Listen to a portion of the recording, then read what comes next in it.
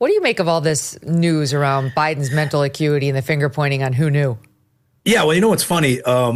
We've been saying it since December of 2023. When I first took over the Teamsters Union, our goal was to work bipartisan and work with the people that are going to represent working people, whether it's Democrat, Republican, or independents.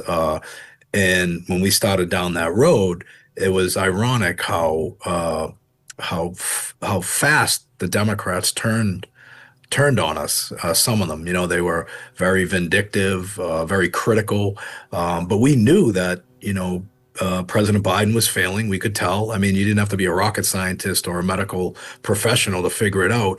And that we knew Kamala Harris wasn't the answer to what Americans needed, American working people. So it's funny now. Everybody had amnesia and no pun intended, amnesia when the election was happening, but now they are saying that the Democratic Party had this code of silence and no one knew how bad it was. I mean, come on, that's a little far-fetched, don't you think?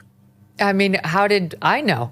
Well, it's like, how did half the country know? How did half of the press know and report on it? Just the left-wing press wouldn't, and those around Joe Biden downplayed it.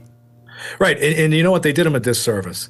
I mean, when I met with him, and I got to know him a little bit prior to the election cycle, and it was kind of, you could tell he was deteriorating.